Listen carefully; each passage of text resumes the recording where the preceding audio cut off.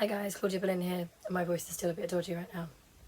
But I just wanted to get some thoughts down because after therapy I feel like a lot of stuff opens up and you get a lot of thoughts, and it helps me to get it out somehow. Like, I prefer to talk it than to write it, I think. Because I'm a writer, like when I write I tend to edit myself quite a lot, and it's easier not to do that when you're talking, I find. So I'm actually feeling quite good after therapy today. Like, I really do like my therapist. Like, I think she's very helpful. I saw her before a few years ago. We did family therapy with her, so she understands the dynamics and everything. I don't have to explain that to her. She knows all of us. Like, it's really like helpful not to have to explain that to her. And the way I'm thinking about it is like, it's like I try and think about it to, like, I don't know, I think about it as like, you know, like Wanda and Agatha in the comics. Like, yeah, I just really like her. She's like got good energy, and I feel like she's really helping me a lot. And sometimes it can be really helpful just to have somebody outside of things who like doesn't have any like allegiance, no loyalties, doesn't have to defend you, doesn't have to defend, like, they can just tell you really calmly, like, or ask you questions. Like, that can be really helpful. Sometimes people just asking open questions helps you understand things a lot more. I know I look a real state in this video. I have got a French plait today because yesterday Dan came over and we watched Black Widow, and I actually really enjoyed that film. I thought it was really good. So I've got like the French plait situation going on. Usually I undo the plait that I sleep in and I get nice curly hair, but here we are. Also, because of my cold, like, my eye is really small at the moment, so if it looks like I'm winking in this video at any point, I'm not winking. I don't think. I'll let you know if I am. But no, it's like really small right now, so that's what's going on there. I don't know why just one eye is affected. Like, I don't know why specifically the cold is in one eye. Like, I do not know. Okay, so something like that I was thinking about, like, and I spoke to Dan about this, and I've been thinking about it myself, and it's so crazy because I was having this conversation with my mum, and then the same thing, like, my therapist used those words today, the feeling of death and rebirth, and that was kind of, I guess, what I want to talk about, because I feel like I'm at a turning point in my life,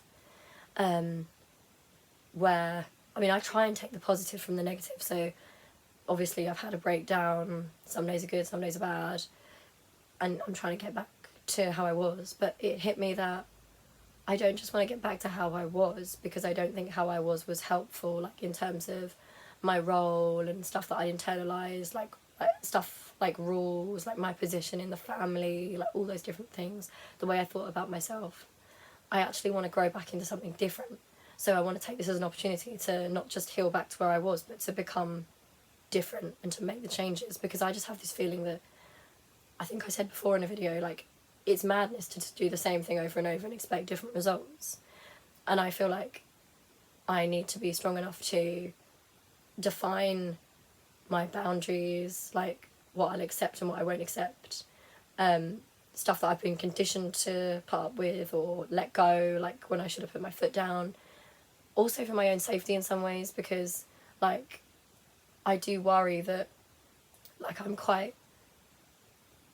don't want to end up in any, like, I don't want to end up in like an unhealthy relationship or something, because I have been taught to, like, devalue myself or make myself smaller or deny things, like, for other people's benefit. Like, I think that could probably be quite dangerous to me.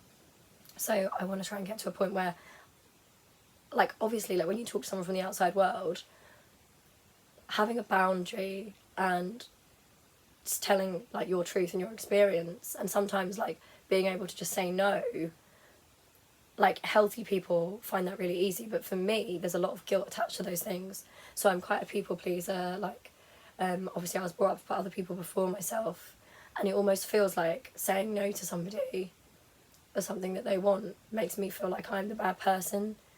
And, like, in the past, like, that has actually put me in danger, and I have, like, you know, it has hurt me putting up with those things and accepting that role. And I feel like, you know, I said that, like, sometimes I feel like a child inside still, because when I was younger I kind of wasn't able to be the child I wanted to be.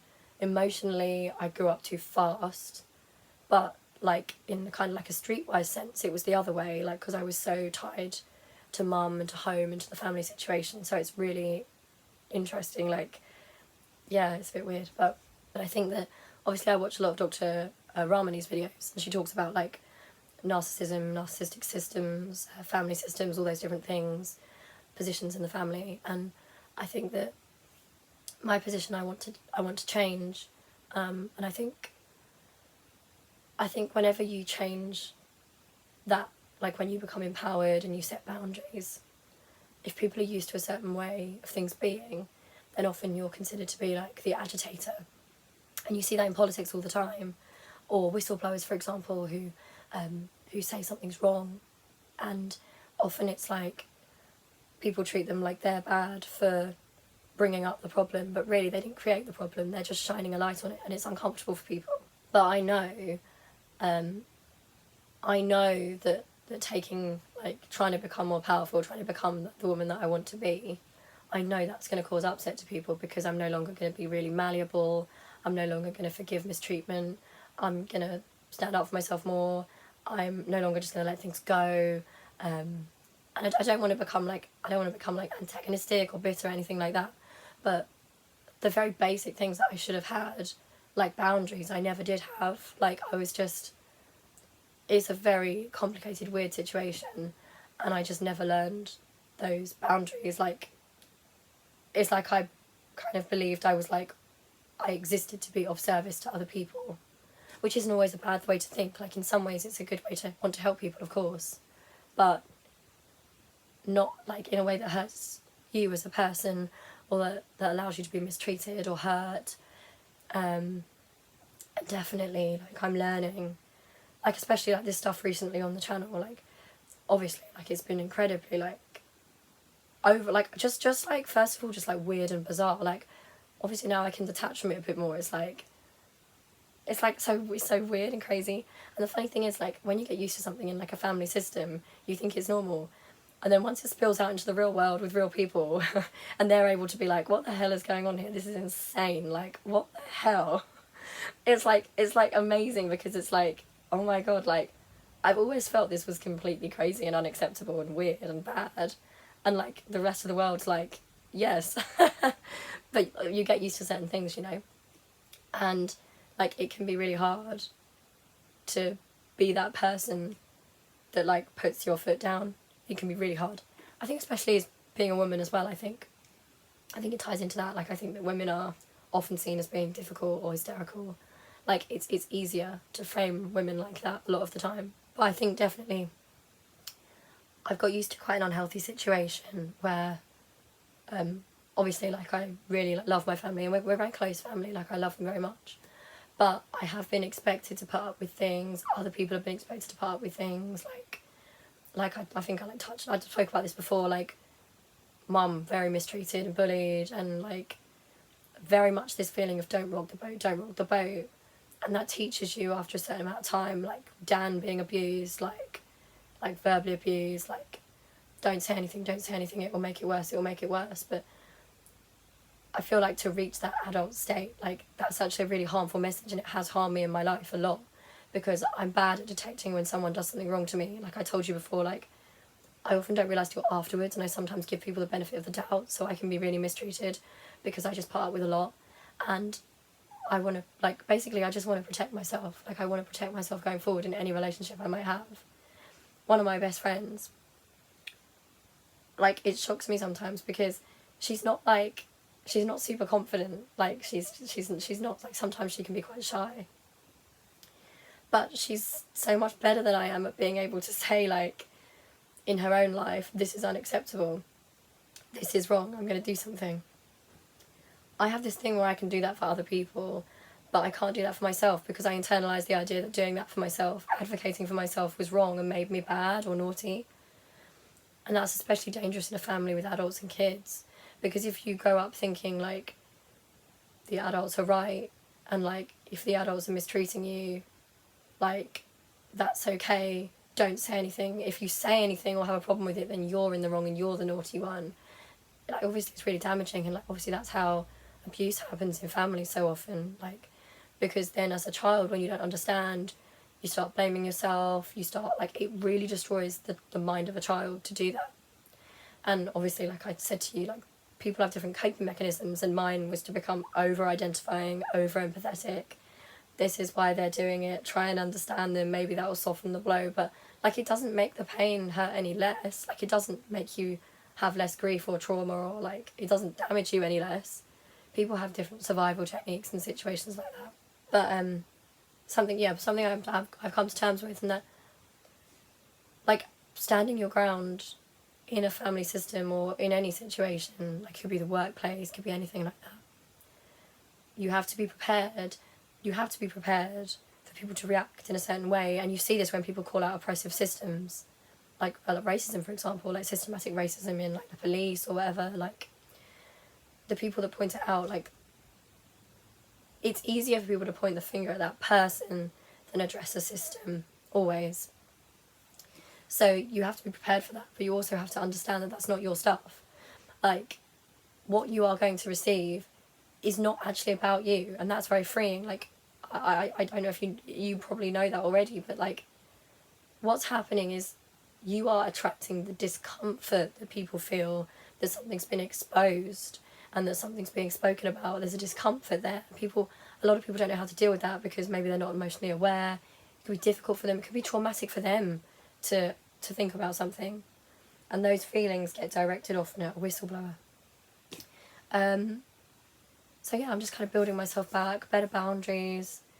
I no longer want to be somebody that does the whole, like the idea of, like, don't fight fire with fire, be the bigger person. I agree with it in the sense that, like, don't offer the cruelty. Like, if you're giving cruelty, don't become a cruel person. Like, don't inflict that cruelty back on the world and wound more people. And if you're someone, like, who maybe has done that, like, I understand, I don't blame you, because, you know, if you have that in your soul, especially when you're young, it's completely understandable that, you know, people lash out. But I believe that, like, people can be helped. I believe that it doesn't have to be that way, and loads of people change. Like, I changed the way I thought loads, and there's loads of people who came from a bad system or a bad situation, or were abused or were treated awfully, and their coping mechanisms to be strong, their way was to try and become like the bully. But that doesn't mean they always have to be that. Like, that is a defense mechanism. And, like, I really hope that, like, in some ways that I don't want anyone to think, like, the thing that worries me is I don't want anyone to think that they're lost because they came from a bad place and they, like, reacted in a way that was bad because that's all that they knew. Like, I always tend to think, like, when I, like, for example, like, with true crime, etc., I actually do think, like, there's hope for, like, some people go down the wrong path because they've been in a bad environment. And I think that people should be supported in being able to change. Like, I do believe that completely, because, like, I could have gone the other way. It just depends how you internalise it as a kid. And that's not to excuse how people act as adults. That's part of my boundary system. Like, there's not an excuse, but to understand that means that you can help people that are younger. Because some people get on a bad path, I think, and they think because they started on the bad path, there's no way back. And I think it just gets worse and worse for them. But, like, there is always a way back. Like, I do think that there's always an opportunity to make the world better and be kind, and, like, that's just kind of how I think about it. But the thing with me and, like, boundaries, etc., and strength is really interesting because, like, the idea of yourself, like, the idea you have of yourself is obviously so different from what others perceive, because it always, like, surprises me on the channel. Like, when I was saying in my video, like, I was like, I need to try and be strong, and people were commenting, like, thank you so much, by the way, you're so kind, saying, like, you are strong, but to me it always feels fake. Like, it always feels like I'm pushing it. Like, it's like with confidence, they say fake it till you make it, and, like, I don't see that in myself. Like, I'm trying to be that. I want to be like Anne. Like, obviously, you know, like, there's a lot of qualities of her that I really admire, and that's why, like, I'm so interested in her. I want to be Anne, but I'm actually a bit more of a Wanda, like, hence the Scarlet Witch stuff. But, like, Wanda, that's what I love about her comics. Like, she is learning boundaries. Like, she's always felt like a child, or she's been told she's crazy, or, like, and I just, like, resonate with that. And, like, I'm more of a Wanda, but I want to be more of an Anne, if that makes sense. But, yeah, I just want to become a person. The thing that's really important to me is I don't want to become a person that's, like, I don't want to be cold. I don't want to be bitter or unkind. I never want to be that. But I also need to understand that standing my ground, standing up for myself, is not any of those things. And that's what's been drummed into me for such a long time. And I think you guys might know that, like, if you've ever been in a family where there's like a dynamic or abuse or something like that, trauma, the thing that a child will internalise a lot, the child that identifies it or sees it will often get blamed, like scapegoated, or like sometimes that role can shift in a family as well. Like, it's really interesting. I would watch Dr. Ramani's videos on this, because sometimes I'm watching her videos and I sit there and I think, like, it's like, you know, my family. It's like, you know, the whole thing. Like, it's crazy. But you internalise the fact that it's bad, it's naughty to have your boundaries up and to protect yourself. And that's such a wicked thing, like, for a child to believe. Obviously, it's not done in a wicked way. Like, sometimes it's just the way families are run. Like, it can be cultural, it can be keep a stiff upper lip, like, don't air the dirty laundry. It doesn't have to come out of a place of nastiness or malice. But the message that's giving a child is that if you disrupt in any way, even by putting your boundaries up or defending yourself, you're the problem. And that puts you at risk of abuse in later life. And some of the stuff that's happened to me in the past, like, I get really upset about, because if I'd had that knowledge and those skills and I knew that stuff, then there's a lot of extra trauma that, like, I wouldn't have experienced. So that's difficult. And I feel there's anger there as well, which is hard, because, like, what do you do with the anger? I don't ever want to let my anger make me become nasty or cruel. I want my anger to make me feel stronger and hopefully use it to help people. I think the worst thing would be, like, I don't want it to be in vain. Like, I talk about the Gabby Petito case all the time. I feel really close to that girl. Like, I know it sounds really stupid, but I think because potentially there was, like, narcissistic abuse, etc., she blamed herself for a lot of stuff. Like, I recognise the way she edited stuff, the persona she put out. From what's coming out, I feel I feel so awful for that girl, and in some ways, like, I feel like I do resonate, I understand her. And I get really angry when people blame her. Like, I just get really angry, because I think, like, that could so easily have been me. Like, there's so many of us, like, it's not your fault for staying in a relationship where you're abused or you're mistreated or you're treated a certain way. Like, some of us just never got taught.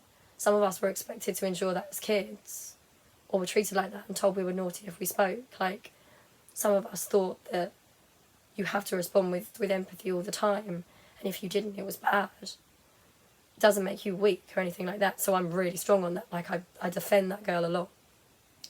But the way her family have said, like, they don't want her passing to be in vain. And it's like, I feel similarly in the sense that, yeah, I could be angry about what happened to me and, like, what was lost or what the situation was. But what can I do going forward? Like, that's gonna trap me. I don't want to get trapped in that emotion. I'm not going to ignore it or deny it. Like, I need to feel it and express it, of course. But I don't want it to trap me. I want it to be something I can acknowledge and move forward. And I kind of think, like, I try and find the positives. And if this happened to me, like, I don't think it happened for a reason, because bad things happen all the time and there's no reason for it.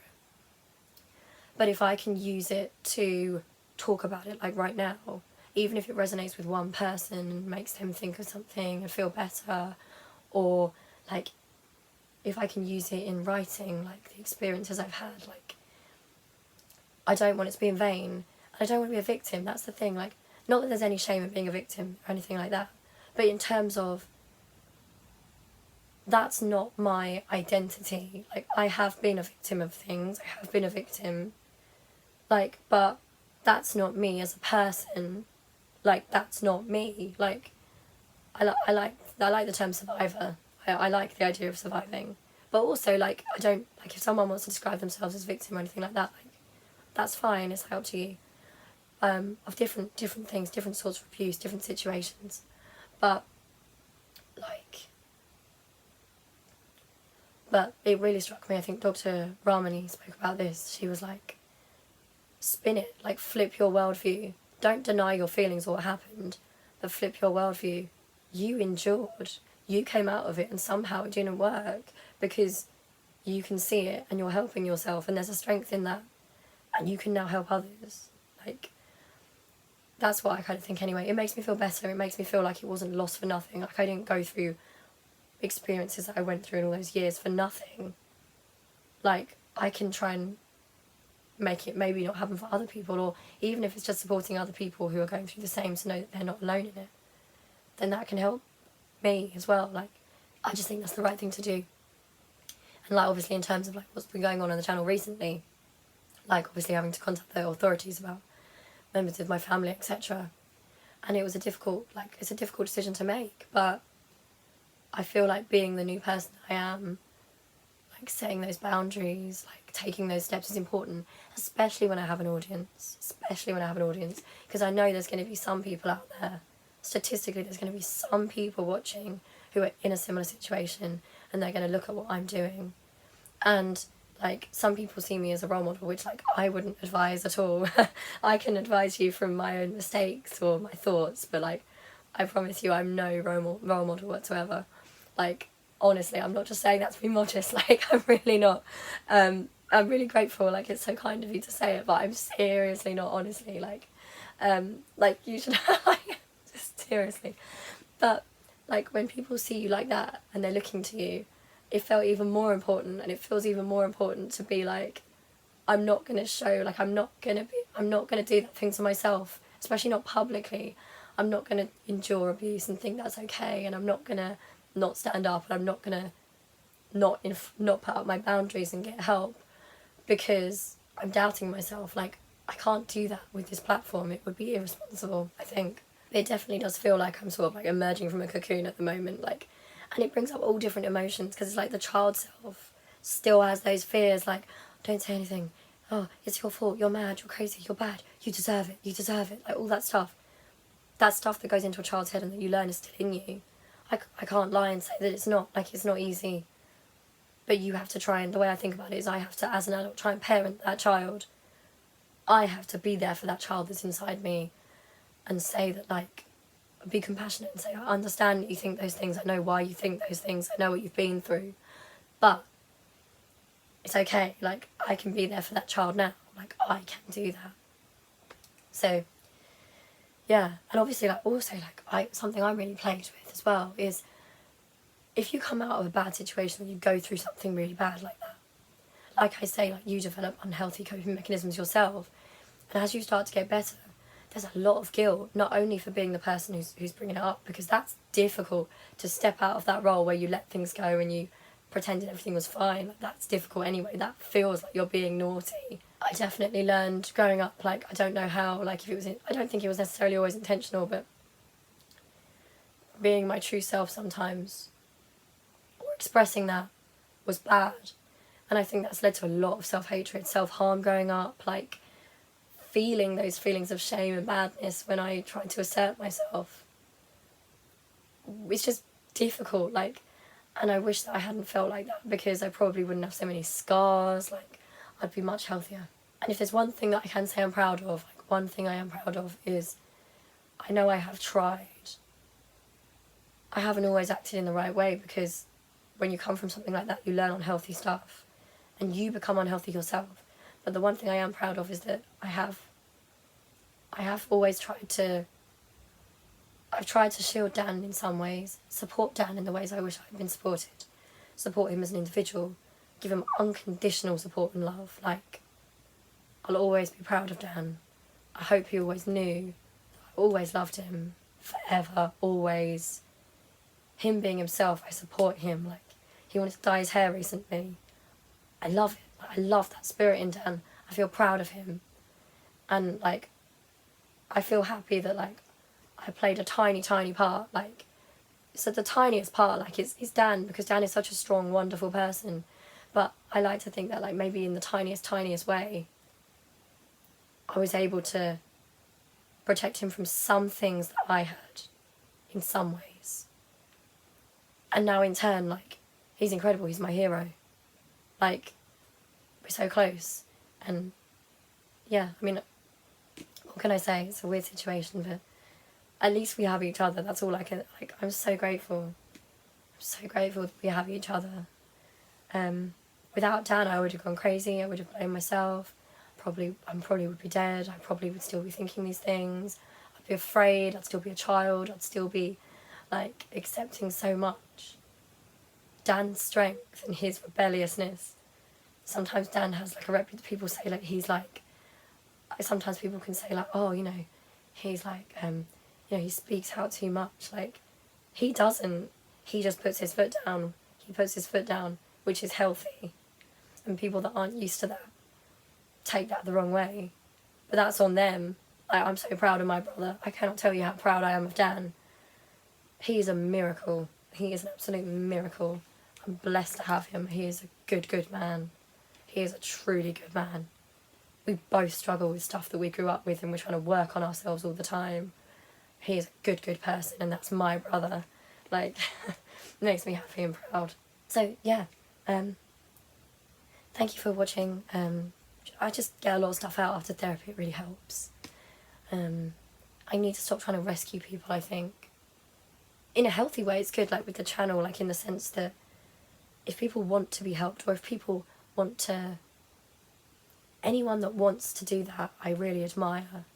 Even if you've done wrong in the past, and you're at a point where it's clicked, and you're thinking that was wrong, I want to change, I admire that so, so much. I really admire that trait in people. But also, it's not my responsibility to make excuses for or cover for people that are malicious and bad, and who have bad intent. It's not my responsibility to put myself aside and accept abuse for people like that. It's not my job to rescue or understand them. I still will hold on to the idea of forgiveness because I believe people can change. But I can't wait for that or try and make that happen. That's not on me. If one day anyone comes to me and says, I'm sorry, I understand it and I feel that, I do think in me I do forgive. But it's not my job to make that happen. Like, to get someone to that point, to put up with abuse. I can still be forgiving and have my barrier, you know, like that's something I'm learning. But also I want to unlearn my unhealthy stuff. Something like that was something I get a lot as well, is like I suffer a lot of shame and guilt because in some of the ways I've acted, like for example, like some of the ways I've thought in the past, I understand why, because of stuff I was used to and the way like you internalise as a child, you don't have a choice. As a teenager, you don't necessarily have that choice. That's what you know. I don't say that to be like, oh, it's okay to be nasty or anything like that. But obviously, those choices that you didn't have, those things you learned, as an adult, that's in your power. You can change, you can unlearn. And I think that's why I'm so attached to like the idea of social justice and oppression dynamics. Because I think we can all do better and we can all reflect. I don't think that, like, someone's stuck in their ways forever. Like, we can learn and we can do better, and I want to constantly try and do that. I want to try. Like, I'm not perfect, I won't always do that. I won't always do the right thing. Sometimes I'll react wrongly. We all do. I want to try and have that feeling of, like, I want to try and be better. I want to try and be the best I can, work with what I've got, forgive myself for when I didn't know better. And like that's what I want to express to you as well. Like, forgive yourself. Forgive yourself for when you didn't know better. Forgive yourself when you were in that. Like, to free yourself from that. It's also not helpful. Like, all you can do. I said this in the suicidal ASMR video, because people who are suicidal like blame themselves for things a lot. But obviously you can't help feeling like suicidal. But what do you do with that feeling? Like, that I feel like is the definition of a person. With the guilt, what do? Do you wallow? Like, because that doesn't help. What you can do is you can try and give good things out to the world. Do better. I love that about Black Widow, by the way, and I love that about Wanda's story in the comics. Obviously, Wanda and Pietro were originally allied with Magneto in the Brotherhood of Evil Mutants. Like, Magneto wasn't necessarily all wrong. I don't think, but yeah, like, and obviously Black Widow, I really resonated with that story of those two kids that came out of that place because they were conditioned and brainwashed. It was like very like overt, like in the metaphor. They became like that, but as adults they changed, and that's why I love the Umbrella Academy as well.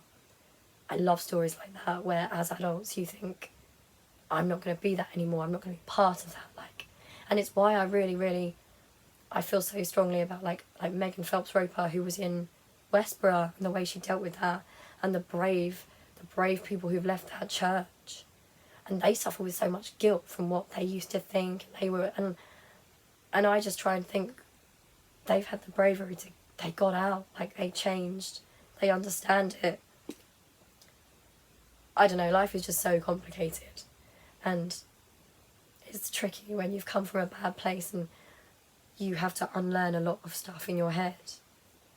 But you didn't put the stuff there, like you didn't put that stuff there. You were a child, you grew up within stuff, and you never put that stuff there. Like, that wasn't you. Those things aren't you. You are the person you decide to be as an adult. You can make that choice. That's in your power. You can do that. Like, you can do good, you can do better. And that's who you are. Because that's not you being influenced by the people around you, or being maybe indoctrinated, like anything like that. This is you now. You can build yourself as a person, and you get to choose who you're going to be. And in some ways that's really exciting and positive. But yeah, I love you loads. Thank you for watching this like very, very long, like, I know these are long videos, they're probably really unwatchable, they're mostly for my benefit. But I love you so much, and like I appreciate you so much. And like obviously I don't know you as like people when I say that I love you. I try and feel love for everybody anyway. But also I feel like if you watch my stuff and you resonate, I feel like a lot of you guys can resonate and come from maybe a similar place or understand that in different circumstances. And I want you to know that I do love you, and I have love for you as people, because I feel like a lot of you guys have that similar feeling of having to have reconstructed yourself, and it's a process that never really ends, I don't think. But that's not a bad thing. That's not a bad thing. If you're stuck at one place forever, then, you know, how will you grow? How will you be better? Like, and I want to be better. Like, I don't think I'm a good person in terms of like, I don't know if that's a qualification you can give yourself. What I want is to try to be a good person. And that's all we can do. That's all you guys can do. Like, people can just try and do what's right. And that's what I want to try to do. And sometimes I'm sure I'll do it wrong. But all I can do is try to get it right. Try to be empathetic always. Try to be compassionate and kind. Yeah, it's a weird balancing act. But yeah, I love you loads. I'll see you really soon. And hopefully this cold will go soon and I'll be able to talk properly again. But I feel so much better after like, addressing all that stuff that happened and putting up those boundaries. Like, in some ways it was a very horrific thing to go through, and obviously the police are dealing with it, and that feels like weird. Like, it's a very strange feeling to have to do that with, you know, your own family. Like, it's a weird feeling. So many conflicting feelings to feel that. And to even accept that it's happened, it still feels surreal that I had to go through that. It feels really surreal. But in some ways I want to use it as a positive, because maybe it did remind me of my worth. Maybe it kick-started me and gave me that fire. I do feel like I have a presence with me at the moment.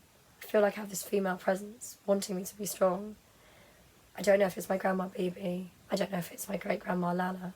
Love them both to bits. Love them so much. Grandma Bibi lived through partition. She was a teenager.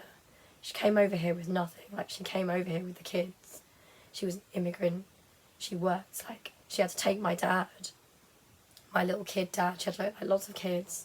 She had to be the matriarch because my granddad died, my Indian granddad. The language barrier, she had to adapt.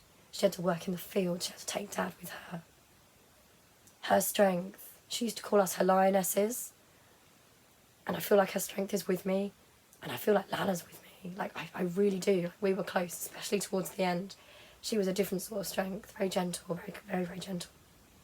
Not that Grandma Bibi wasn't gentle, but when I think of Grandma Bibi's energy, I think of this bright pink. I think of this pink strength, loving but firm, so warm, the matriarch of the family, but so loving always. And then with Lala, I feel like this pale blue energy, this turquoise, this gentle support. She always used to call me little one, like my little ones. She was so lovely, so good to me and Dan, so kind. Really gentle presence, supportive.